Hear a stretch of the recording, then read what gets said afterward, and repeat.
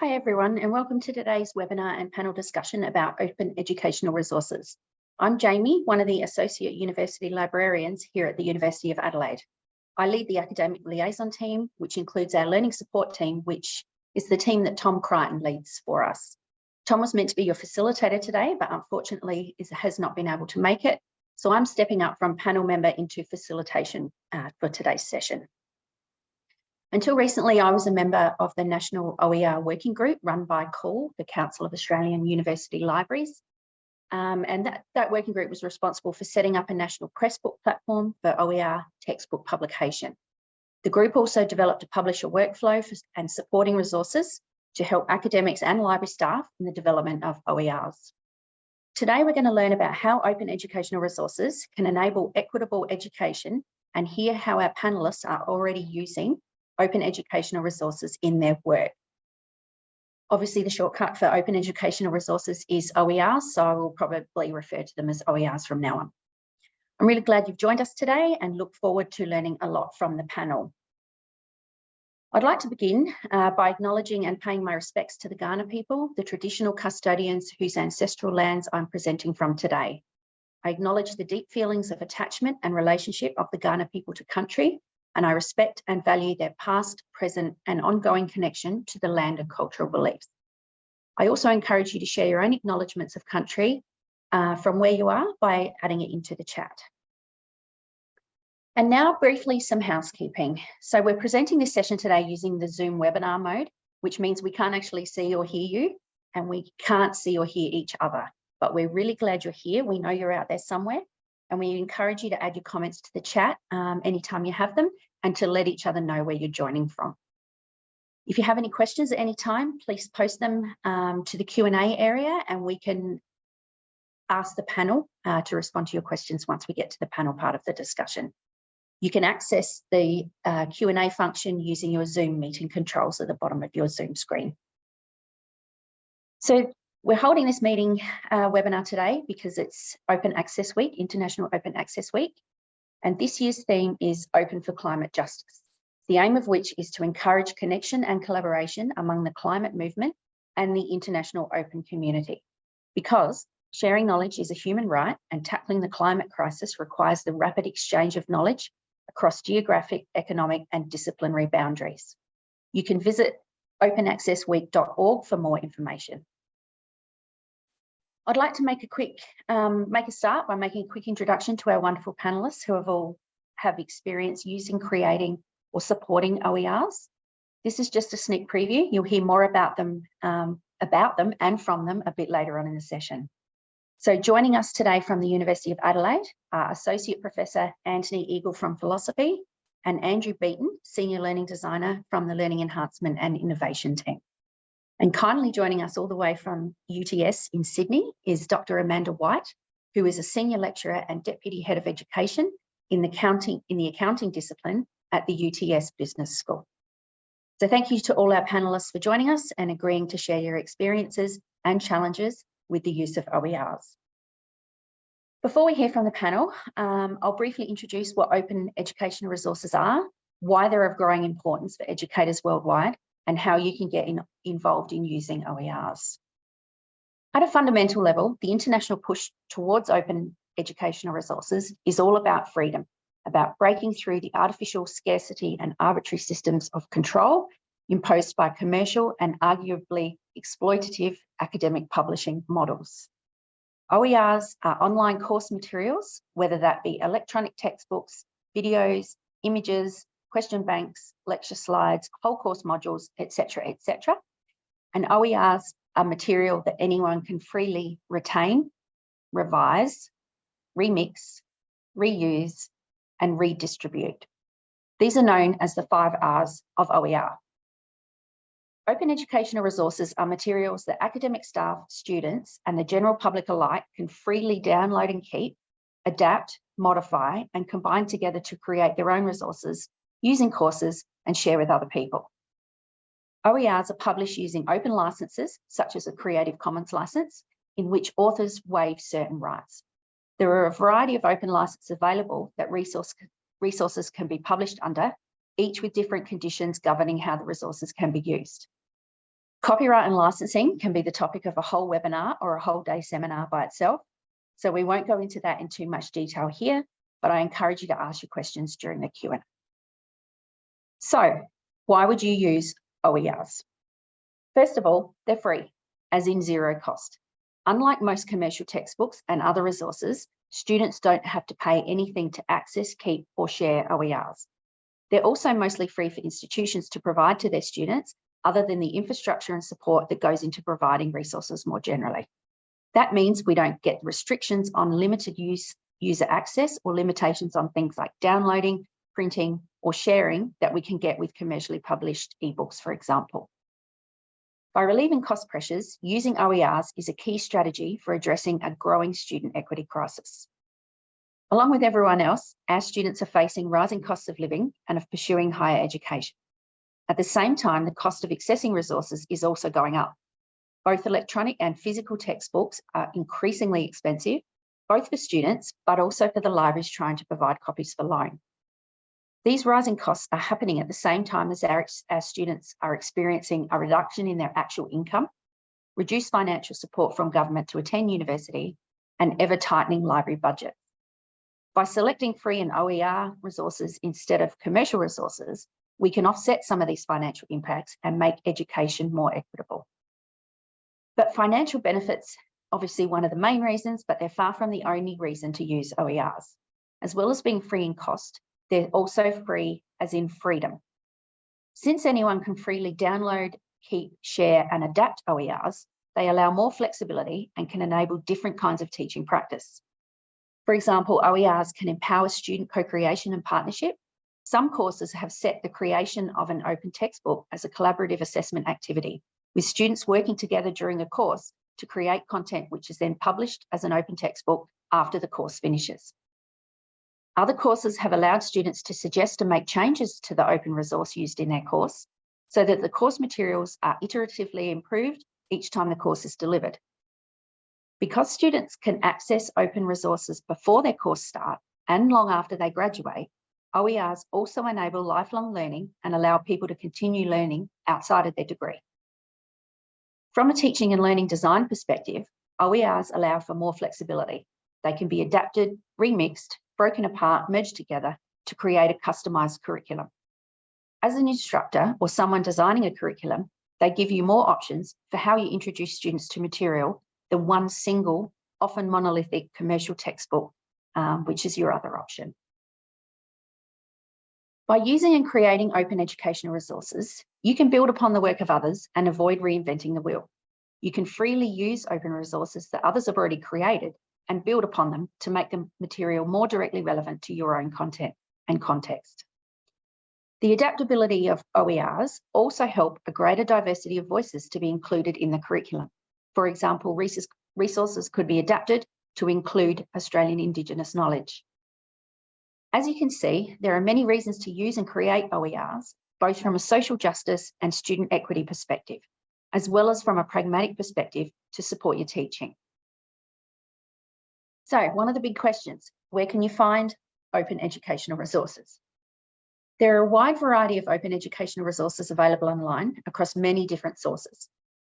First of all, you can start with the library. You can try searching in Library Search on the library website as you would for any other library resource. All you need to do in your search is use the open access filter, which is available. We have several open textbook platforms indexed in Library Search, so any open educational resources that can be found in the B Campus or OpenStax open textbook collections, for example, will also be discoverable through Library Search. Secondly, you can also visit the library's OER website. From here, you can follow the Find Open Resources link to find a collection of sources where you can search for open educational resources. We've also included example of open resources that could be relevant for courses and disciplines taught at the University of Adelaide. And the link to our website will be available as part of the presentation. On our website, you'll also find a very new form that you can submit to get help from the library's learning support team in finding more open alternatives to your current resources. You'll be asked a few questions about the key content of the resource you're considering replacing, and what the library will then do is take your information do some initial searching for you, and offer you some open alternatives. Finally, another option for you is you can browse the OER repositories and aggregators yourself. There are platforms like the Pressbooks directory, for example, which lists open textbooks created using the Pressbooks ebook publishing platform. There are also aggregators like OER Commons, which list open resources collected from across the web. These are all linked from the OER website on our University Library website, so that's a really good place for you to start. And of course, you can always just reach out to the team in the library for any information at any time.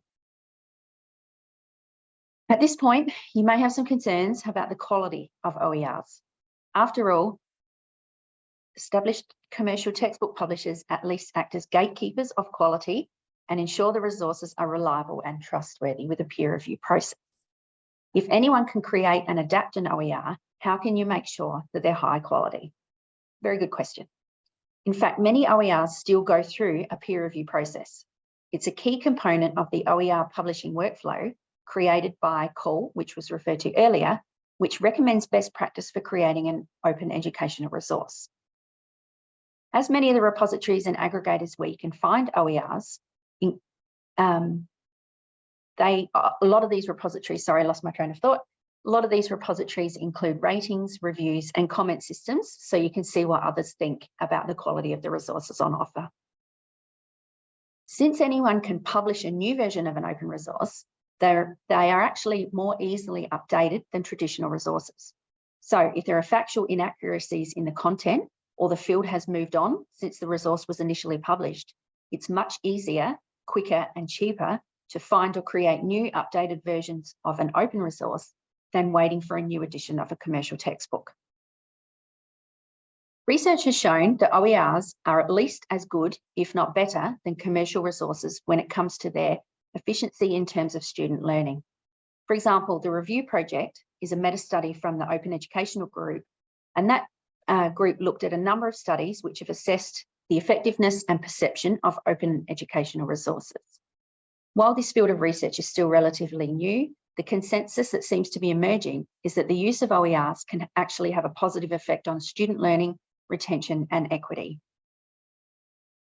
But ultimately, whether you're using an OER or not, all resources should be critically evaluated for quality and relevance before being added to your curriculum. So let's ride the wave. There's a growing push for the use, creation, and support of OERs across Australia and internationally. So let's jump on board.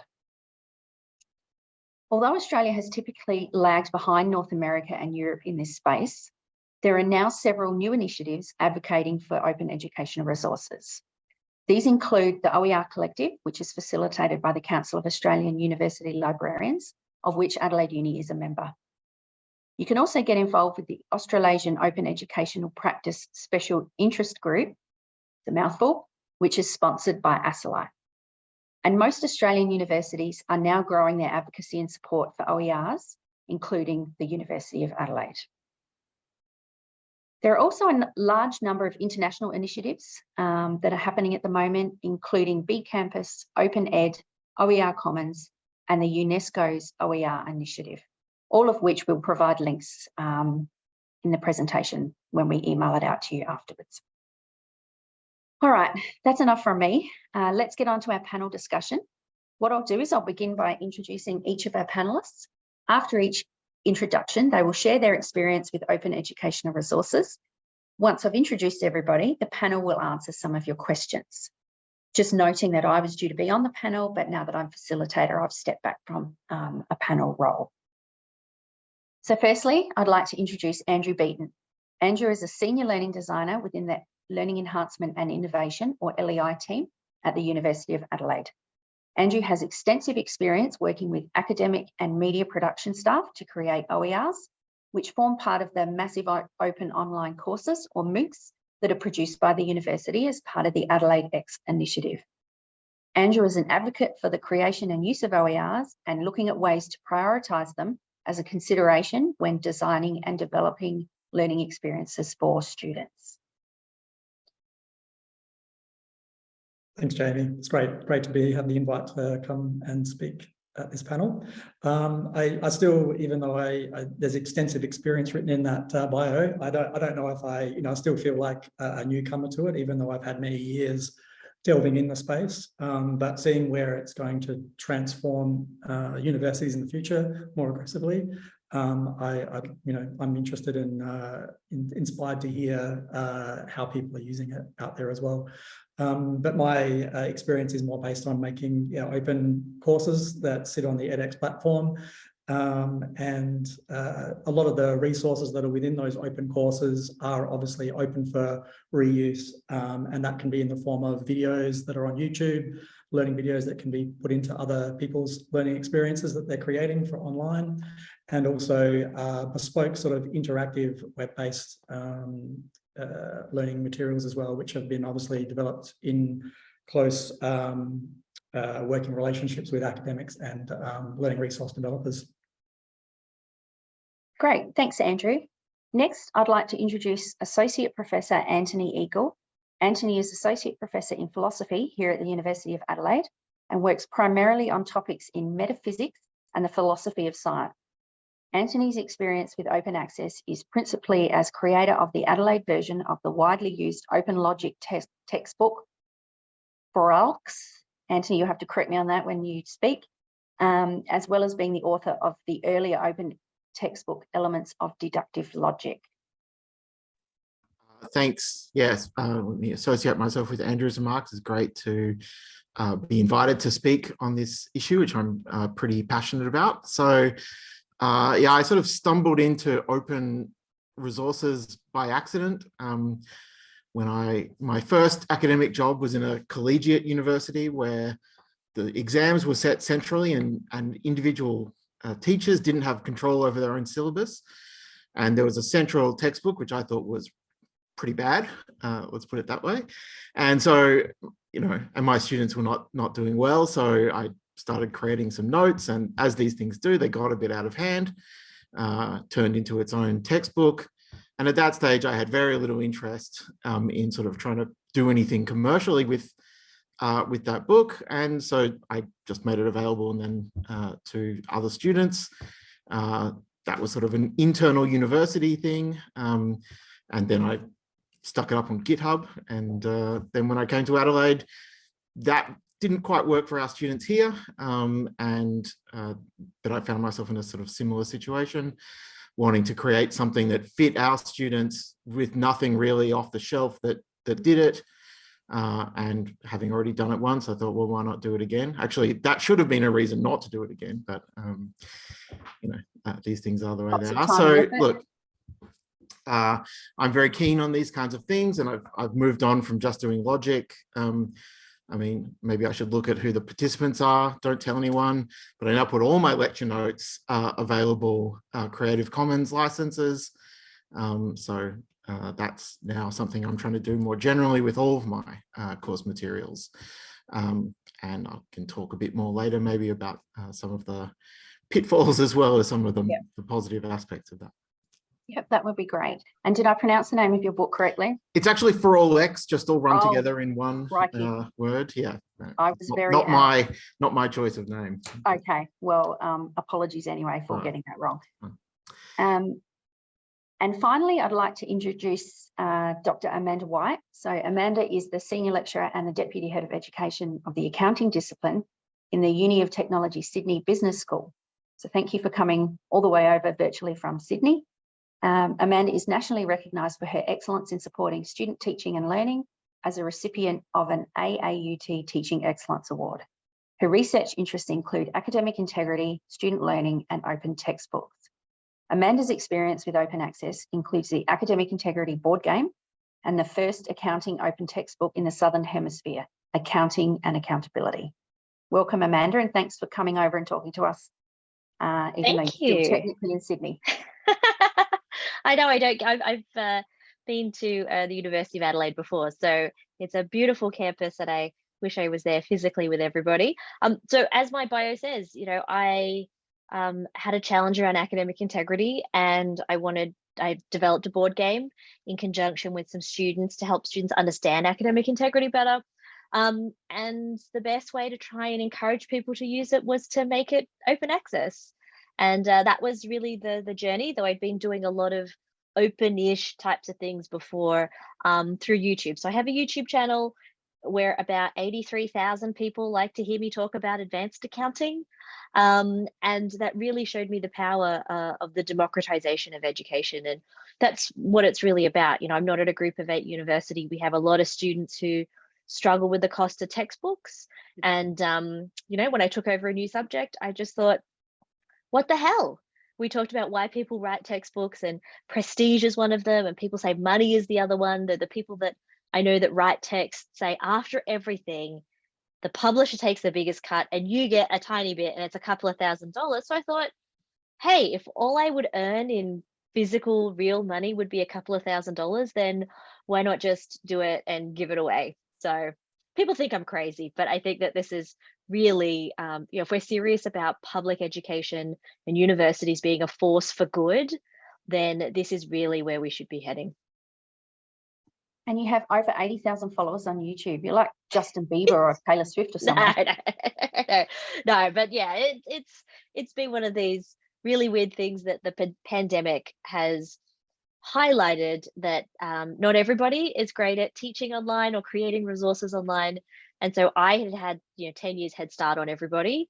And my university allows me to put our content available with a disclaimer that it was produced for the UTS and they own the copyright of it. So it's not quite open access in that same way, but that helps academics as well as students at other institutions focus on the things they're good at rather than the things that I'm good at. Yeah. Great. Well, thank you for joining us today. It's really great to have your expertise on the panel with us. So now that we've done our intros and given you a bit of an overview of open educational resources, it's time for us to ask the panel some questions. So can you please ask your questions using the Q&A feature, which, as mentioned before, is available in your Zoom controls. We do have a couple of questions on notice, so we will perhaps start with those questions first.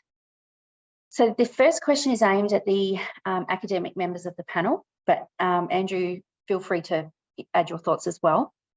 What incentives might academics have to publish OERs, and how would you respond to concerns around how creating OERs can or should fit within academic workload and promotion models? Very meaty starting question. Maybe I'll jump in first. I am an education-focused academic, so more of my workload goes towards teaching and learning, and I teach a very large subject that has 1,600 students in its large semester and 500 students in its small semester. So for me, I received workload relief, equivalent to 3 hours of face-to-face teaching to work on the textbook. And, you know, when it comes to workload, you mentioned OpenStax earlier. We adapted a US text from OpenStax, but that was still at least 80 hours of academic work going into that process. So and we have a partner book that goes with mine for the second accounting subject, and that's being done by a balanced academic.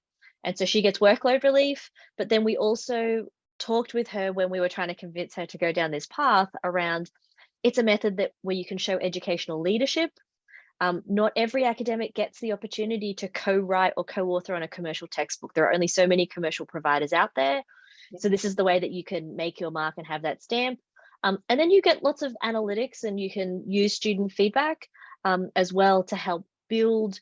It's not just being a good teacher that helps you get promoted as a balanced academic, but it's also showing that leadership aspect of it. So we really pushed around the leadership and the creativity and showcasing skill as part of why you would want to write an OER, because, you know, unless you are writing the one textbook that everybody uses, and I'm sure there's some in some disciplines, you're not going to become rich and quit your day job from doing this. No.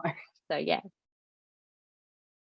No. Anthony? Yeah, so I mean, I don't think you would do it for workload, certainly not here where there's no workload relief. And I do it because, I mean, I guess I can, and I've always liked tinkering with things. And so that's been something that I've been able to do.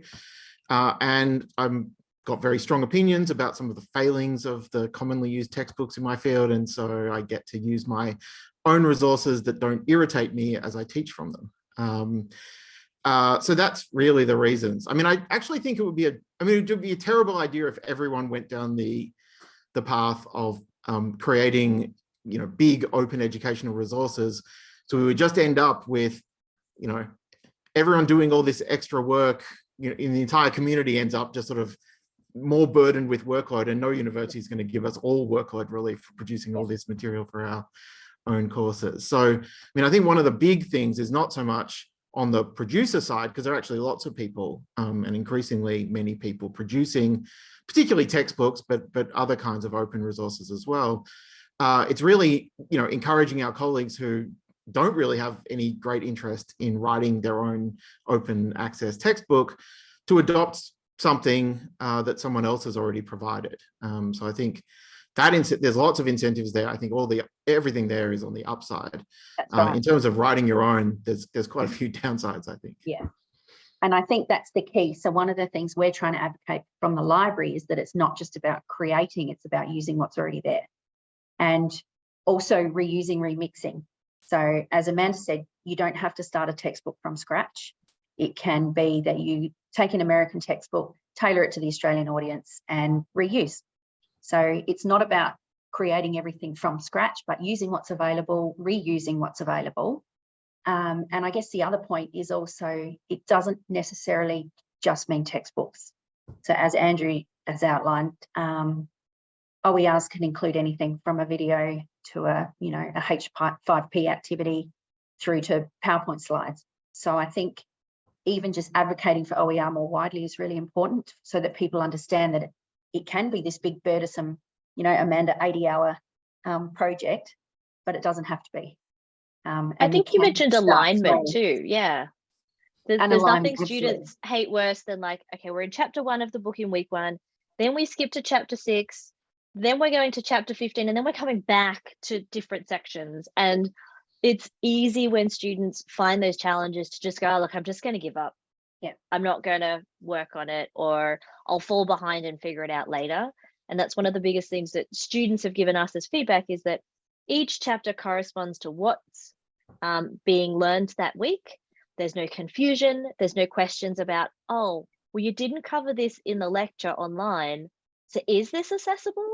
I just say, look, the whole book is accessible.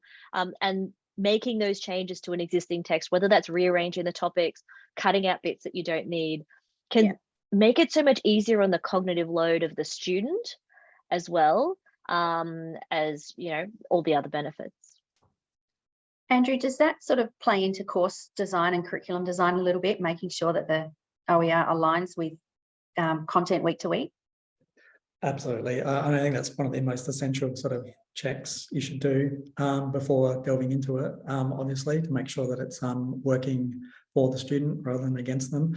But yeah, it does also enable more creative things to happen especially when you're sort of trying to move a teaching model to online. There are lots of already existing ways of explaining things that maybe might be the best out there. So why not use those rather than trying to work hard to repeat that experience, and maybe focusing the teaching component on linking those resources together and actually pointing the students to them and providing context and those types of things. So the teaching position sort of shifts from sort of repeating sort of basic foundational content into actually making important connections between those things. So I guess in that way it can sort of reduce workload as well, which I like the idea of in the online space especially. I think everyone likes the idea of reduced workload, not just you. Thank you, everyone. So our next question is around equity. So in terms of OERs, how do OERs allow a more equitable educational experience for our students, or enable more flexible learning design models? So we've sort of touched on this a little bit already. I have a bit of a position from the library, so I might just start with this one, if that's all right, and then we'll go to everyone else. So I think one of the key considerations when using traditional textbooks is obviously the cost of textbooks for the students. So typically students are expected to purchase their own copy of a textbook. And we all know that some of these can be quite cheap. Some of them can actually be a couple of $100s, particularly in sort of health areas, for example. So the library here at Adelaide Uni, we support students by providing copies of textbooks and required readings for periodic reference. So we're not able to buy a copy for every student, and I'll explain why in a moment, but we do make sure that we have copies here for students who aren't able to purchase their own copies. We do have an e-preferred policy, and we purchase at least, as I said, one copy of at least anything for required and recommending reading on our reading lists. However, and I think this is a big misconception, it's not as easy as a library to buy a book as it is for an individual user to buy a book off of Amazon, for example. So for a library, so for a student, they can go onto Amazon, they put their credit card details in, they pay $60, they get access to a book. For a library, not the case.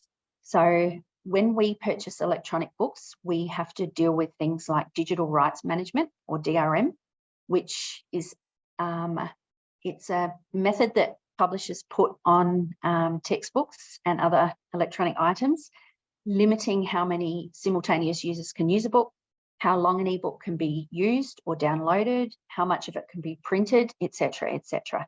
So different publishers have different restrictions. Some are a lot more open than others. So we encourage books from those publishers where possible. And we also try to buy the least restrictive version of a book. But it's quite a big consideration, the DRM on different books, as to what we're able to do and what our students are able to do with the books that we buy. The other problem, obviously, that we have is cost. So libraries, as mentioned, don't have the same pricing model as individuals purchasing from Amazon or anyone else for that matter. I keep putting Amazon in it, but they're just one example. So, for example, we purchased some psychology books for a course last year. Just to give you an idea of the difference, a book titled Individual Differences in Personality is $80 for an individual student to buy. For a library, it's $1,036 for a single user license. So there's a real challenge there for us in being able to support all of these purchased textbooks to provide access to the students who can't afford to buy them themselves.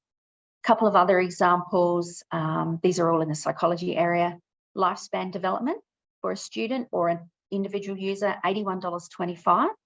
For the library, $800 for a 3-user license. And my third example, also psychology, learning and behaviour, for an individual user, $172, $1,470 for a 3-user license. So it's definitely not equitable for the library to be able to purchase these books in the same way that individual users do, which I think is something that a lot of people just don't understand, because we're used to purchasing as individuals, not as a library. Obviously, publishers also know if a book is a textbook, they can charge more, so that can happen as well. So if a publisher identifies a book as a textbook, they can put a higher price on it than if a book was just a normal resource as opposed to a textbook. In terms of equity, the other issue we have is around print books. So as I mentioned, we are an e-preferred library, so we do prefer electronic books where possible. But if these aren't available or the restrictions are too tight, we do have to purchase print copies. This provides a different equity issue in that only the students on campus can actually access these items, which is not great considering an increase in online learning cohorts. So obviously, one of the easiest ways around this, and with these types of resources, is to look at alternatives, such as OERs, or with books with less rights. And this is something that the library can work with academics on. So I think it's important for teaching academics to understand that textbooks through traditional publishers do have their own challenges. Apart from, as Amanda said, only, the author not getting all of the money in the first place. So that's sort of where the library has a bit of a challenge with traditional publishing. And I know we're not the only library facing these kinds of issues. So that's equity in terms of library. Does anyone want to comment in terms of general equity or around teaching and learning? Yeah, I mean, I'll say something. I mean, obviously, there's just, the cost to students. And one thing that I was seeing was that students just, they weren't acquiring the textbook themselves, and it was too much hassle to navigate access restrictions in the library. And so either they were, going to LibGen or something, the resourceful ones. I didn't hear. Yeah, no one heard that. And or they were just not bothering to even look at the course materials, right? They tried to just get by on lecture notes and, whatever. And so I've certainly had a positive experience just with people having, there's no one coming up with the excuse, oh, I couldn't get the textbook, I couldn't look at the required reading for this week. I mean, it doesn't address broader kind of equity concerns. Our students are so time poor that, they can get the textbook and then never open it. But at least, they could have the textbook sort of sitting there and they might occasionally get it. There's also a sort of a broader concept of equity, which is students being able to have an involvement in the creation of the resources. So, it's certainly true that in the things that I've done, I am the author of them. But, there's real-time feedback, errors can be corrected in the middle of the semester if there's a typo, particularly one that might, bear on accessible material. Well, that can be fixed and they can directly see that they're having an impact on, what's being served up to them. And so I think that does, for some students anyway, that improves engagement and improves, outcomes of the course more generally as well. So I think that's a sort of broader sense of equity than just this purely financial. Definitely. I'd say that one of the things that we had a lot of problems with when we had a commercial text is that students would go to the closest photocopy chop shop to buy an entirely photocopied version of the textbook. Or in one instance with orientation, somebody in our Zoom orientation said, hey, everyone, there's this Google Drive where you can download all the textbooks as PDFs free of charge. And so if we're trying to encourage students to behave with integrity, being able to get access to the textbook in a honest and fair way is one of the other important things. And I guess it's, part of its equity, part of its diversity as well.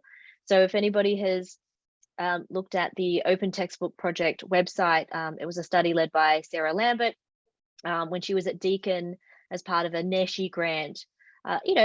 Open textbooks are also a way that we can have social justice and have better diversity. In the previous textbook that we used, somehow in accounting, women only owned dress stores or cake shops and men owned everything else.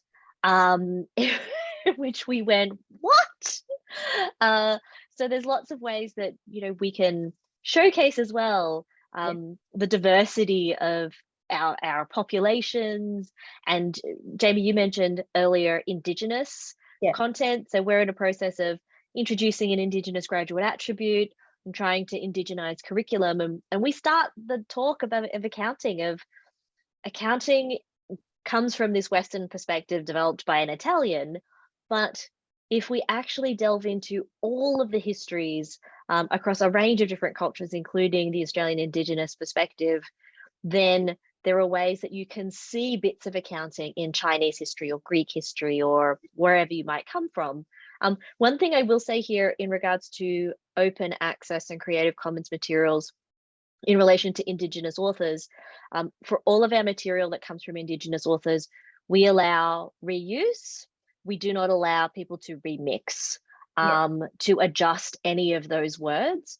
We think that's a really important part of preserving the content prepared by our Indigenous contributors. So we allow everything else to be remixed and adapted, but for content from our Indigenous authors, we do not. Yeah, it's a really good point. Andrew? Yeah, look, I mean, I think that, equity is really important. From the perspective of, what we've been working with online students, there's the equity for online versus on-campus students and what that raises, which is usually a little bit more difficult. They're usually forced to purchase an ebook, but often lots of illegal PDF versions will be floating around and they'll be using that. But so that actually creates a lot of difficulty for the creators of those learning experiences and also the students who are on them, doing those courses as well. But coming back to something that Anthony touched on, which I think is a really powerful piece, is using open textbooks for evidence of learning. So being able to sort of contribute back to the teaching materials by students maybe in their more later stages of their course to actually, if you can actually teach someone else a concept that you've learned, that does show acquisition of that knowledge and skills. So I think that that's a really powerful idea in terms of equity as well, in terms of getting everyone's perspective into a teaching space, but also just a very engaging learning exercise as well. Yeah, can I just, there's one further thing I might add to that, which is, if it's not just an open access resource, but it's also an open source resource. So, not just freely obtainable, but they can look at how it was produced and made.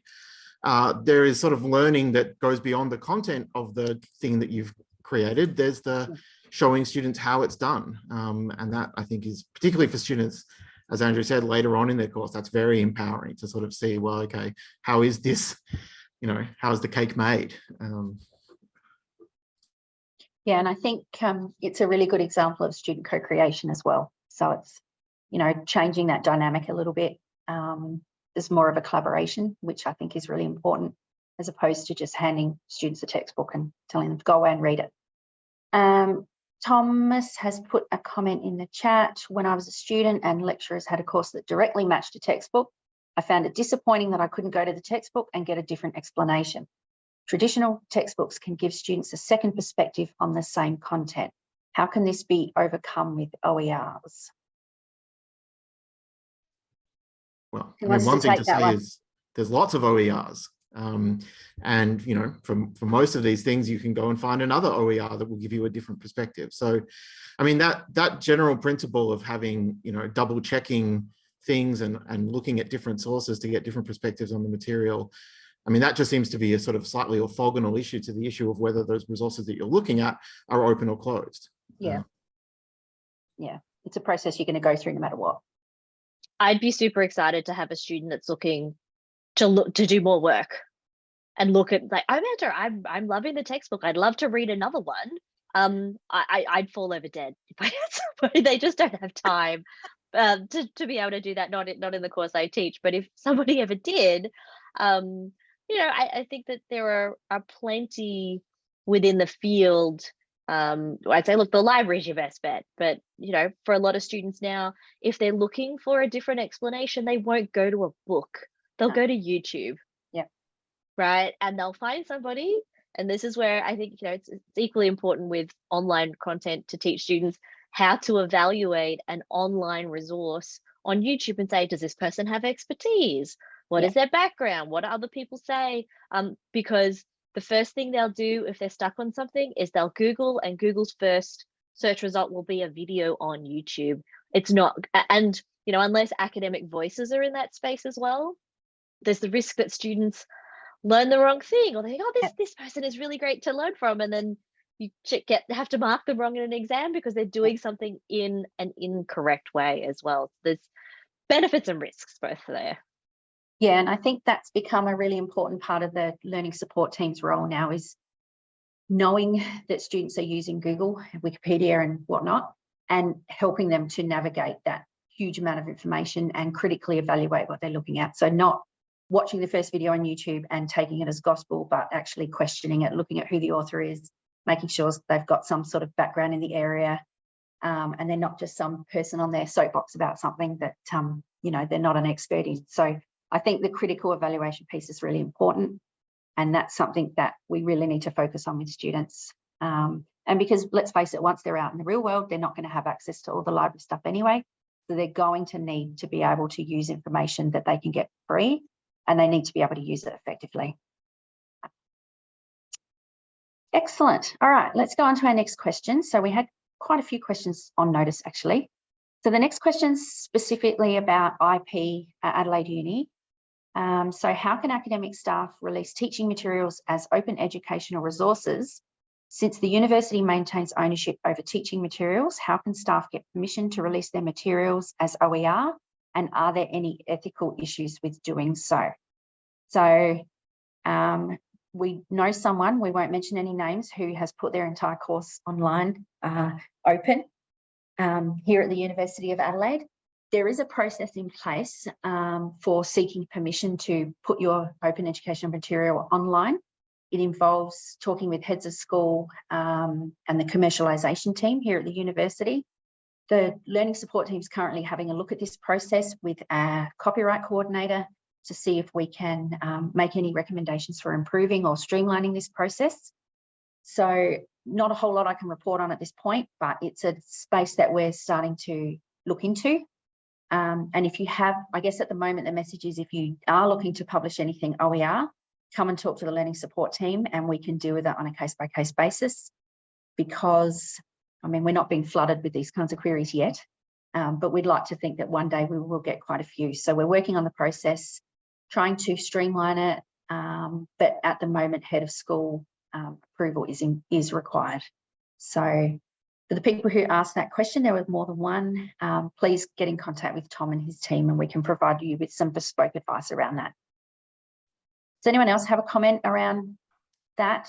Yeah, I mean, I do think the university's IP policy really is commercialization first, general educational benefit to the community last. And I actually think that's just wrong. And, you know, I work in philosophy. I don't think the commercialization team is going to be pounding down my door saying, no, no, no, If you put a video you can't online, put your material online. But, you know, I think the good of knowledge should be accessible to everyone. Yeah, my students get, you know, all sorts of access to that knowledge that people just in the general community don't get, but I don't see why general community should get no benefit for the work that I do. Yeah, we use it as a positive at UTS. Like students have found UTS by finding me on YouTube. So they've searched UTS, you know, live or something and gone, wow, if the videos are this good, the free stuff that the university gives away, then hopefully the class will be better. And, you know, our IP at UTS allows me to reuse material I've made for the classroom in a non-commercial sense. So I can't commercialize any of that, but I can stick it on YouTube. But I can't make it OER in that same sense of allowing, you know, remix and reuse, but at least we can do something to make it available. Yeah, so the library also looks after the open access policy, which we're currently about to kick off a review of. So again, for us, it's a bit of a watch this space sort of situation. Andrew, do you have any comments around? Yeah, I was just going to add something around just the open online courses that I've been involved with. Obviously, that was one of the reasons I was attracted to coming to the university, because the university was really had an incentive to create free and open online learning experiences to get a sense of what the university can offer.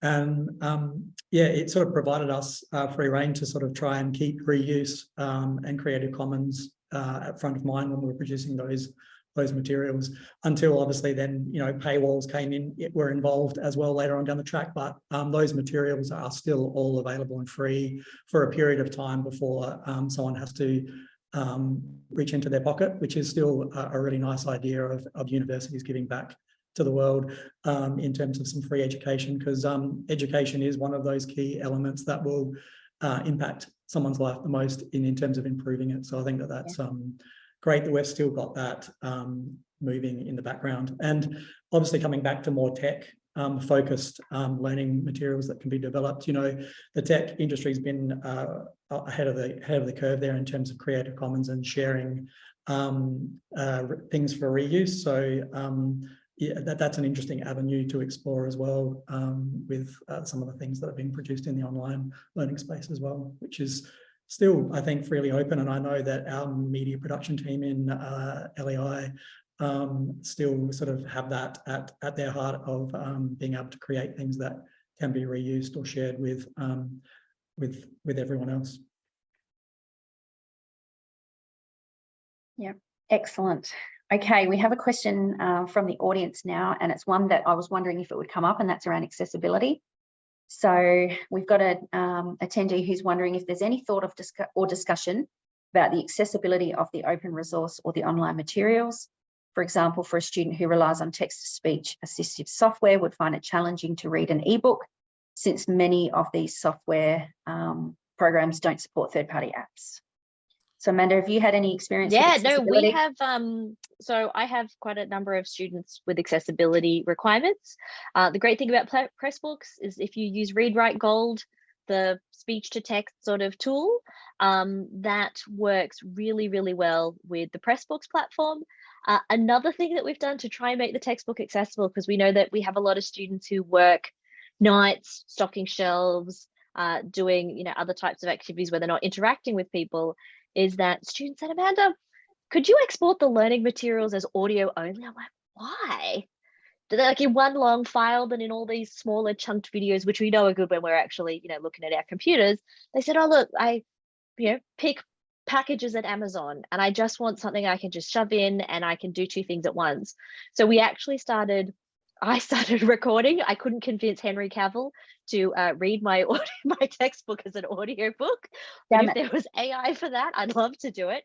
But they've just said it's been really great to have the audio file that they can just listen while they're doing something else. And it's just another way to provide learning. It is a bit difficult trying to explain accounting tables and things in audio. But that's sort of one of the tools. But the Pressbooks platform is really good at working with a screen reader that works on a normal website page as well. Yeah.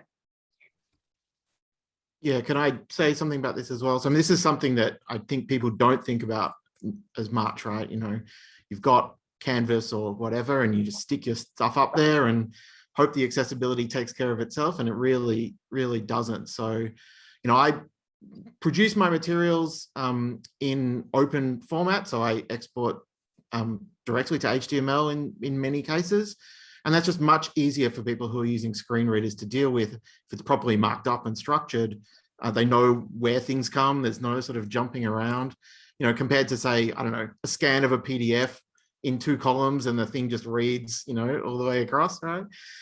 So those kinds of things, I think, you just have more control over making things accessible. Yeah, it's a bit more work, but it's not as much more work as making, some print copy textbook accessible. Accessibility checker and Canvas is your friend. I love that thing. Every time I think, oh, I'm done, and then I run the checker, I'm like, no, I'm not. I must admit, I like that too. It's very helpful. Andrew, did you have anything you want to say around accessibility? Yeah, I think that just in LEI, we're obviously working on that, trying to improve accessibility in all aspects of what we're producing and keeping that front of mind. And we're obviously just working out ways of doing that better. So if anyone out there is finding challenges in that space, please reach out to us. We may have some ideas that can help you improve that for your students. And just from my perspective, the OER collective working group that I was working with to develop the Pressbooks shell for academic libraries last year, there's a workflow that goes with that, and within each workflow section there are support resources, and there's a whole section around accessibility. So as Amanda said, Pressbooks is really good for the accessibility options there, but there's not only the Pressbooks shell, but there's a lot of information on the website which you can access via our OER website to make sure that accessibility does stay front of mind, as opposed to doing what you're doing and then adding it as an afterthought, which I think sometimes may happen, particularly when you've got a PDF, Anthony, or I've seen courses with just photographs of pages of reading, not particularly accessibility friendly. All right, I think we've got time for probably one more question, and then, the hour's gone really fast. Andrew, this probably goes to you first. How can people integrate these resources into My Uni Canvas modules? So for any of you who are external, we use Canvas here as our LMS for students to easily access. Yeah, that's a great question, because obviously it depends on a lot of things, but I think that most open educational resources can easily be integrated into Canvas in the LMS. I don't think we have a nice, wonderful central location where you can go looking for them. You obviously have to look out into the open web and locate your resources. But I think that there's really easy ways to integrate those, and I'm not going to go through them all now, but I think again, it's probably best if you are having trouble with if you found something you really like and you would like to integrate it into your My Uni course. It's probably a good idea to get in contact with LEI or My Uni Support, and they'll definitely direct you to the right experts, whether that is a learning designer, a learning resource developer, or an education technologist, to really assist you in getting that to work best for your students in your course. I think that is probably the biggest tip I can give here, in a very general sense, without getting specific to what. But it's definitely doable. It is. I don't think there's too many barriers to doing that in this day and age. I think there's always ways around it, and getting more people to help you to think about how that can happen, and especially from LEI would probably enable you to overcome any challenges that you're seeing. So yeah, please get in contact. Excellent.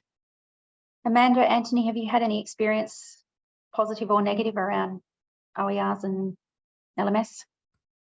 So, I mean, the element, Canvas, all these platforms, they have so many integrations. There's so many ways of delivering your teaching material. I think the main barrier is not so much finding a thing that can deliver the way that you want it to be delivered, but actually just learning how to do it and having the time to put your course in that new format. So, I mean, I think, if this is, it's great to, soup up your course in all sorts of ways and put all these fancy new open resources in. But I think for many of us, it's just, that is the barrier in itself, is just, getting a head above water to even think about redesigning a whole course. But you can start small. You can just, say, well, look, this course needs a bit of a refresh. Maybe I can, choose an open text rather than this traditional closed text that I have been using. Maybe I can do it a bit incrementally. This unit can have, resources drawn more openly or something like that. So, that I think is more the barrier. I mean, there's plenty of things that I have no idea how to use on Canvas. And to be honest, I will never learn because I will never have time. But, you can start small and you can make a difference. Even quite small things make a pretty significant difference. Yeah, I think that incremental change is the key, because I think, what we probably used to do was create courses and they sort of stay pretty similar and you might tweak around the edges. But now with creation of more online content, you're almost continuously on the go. And once you've done something for 12 different modules, then you're back to square one of doing it again in this process of hopefully, I should say, continuous improvement. But sometimes even finding things, you think, oh, okay, I'd like to integrate more H5Ps, but where could I go to find open H5Ps? Because you can designate your H5P as open in its the little security thing. Like, I wouldn't know where to go to find them, so I've always started from scratch. But that's as an EF academic, I've got more time to delve into going to a workshop on H5P and then trialing a whole lot of stuff and getting frustrated and then figuring it out.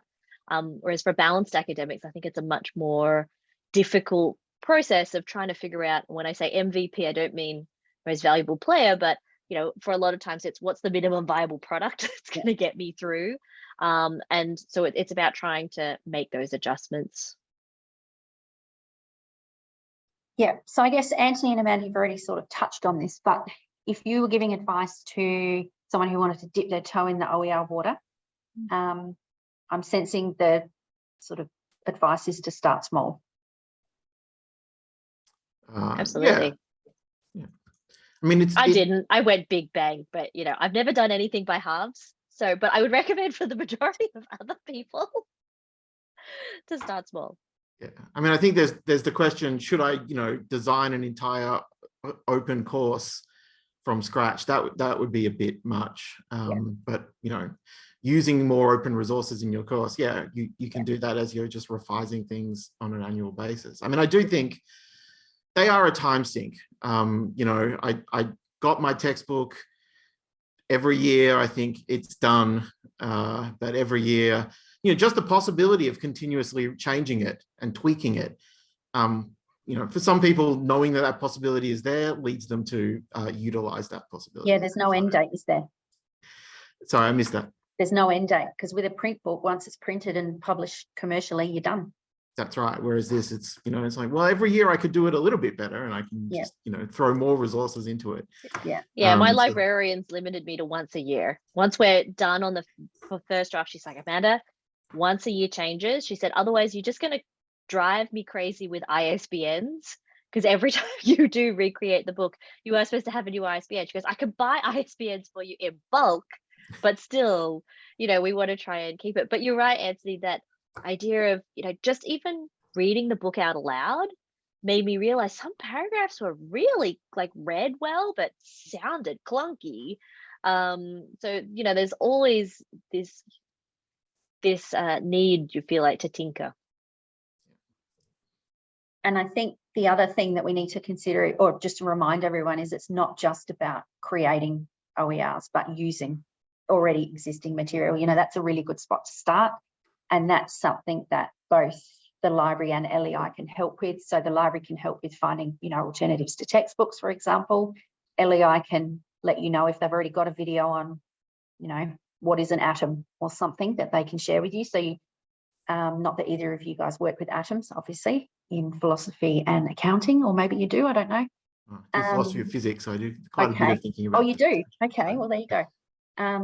So if Andrew has a video or a slide deck on the, what is an atom, get in touch and he can help you out with that. So I think start small, contact the people here who are here to help you. And just give it a go and see, either go big or go home like Amanda, or go slightly less big and see how you go. All right, so that's the end of our panel Q&A today. So thank you for everyone who has contributed questions, as well as to our panelists for providing a really good overview of OERs and responding to all of our questions. Before we wrap up, I'd just like to share a couple of things about how you can get involved in using OERs, so following on from the discussion that we just had, and what support is available from the library. So what we're doing at the moment is calling for expressions of interest from both academic and professional staff who are interested in establishing or joining a University of Adelaide OER community of practice. So bringing like-minded people together to have a bit more of a conversation around OERs. If you're interested, please scan the QR code that you should have on your screen or follow the URL to register your interest. If we get enough interest, we'll launch something early next year and go from there. And we'll also share these slides after the webinar, obviously, so you can follow the link afterwards if you like. And finally, just want to reiterate one more time that the library is here to help. For support, you can visit the OER webpage or follow the URL link to the OER website from our library website, or you can, be a normal person and just Google Adelaide Uni OER and you'll find what you're looking for. And you can also email the library's learning support team for any general inquiries about OERs or learning support generally.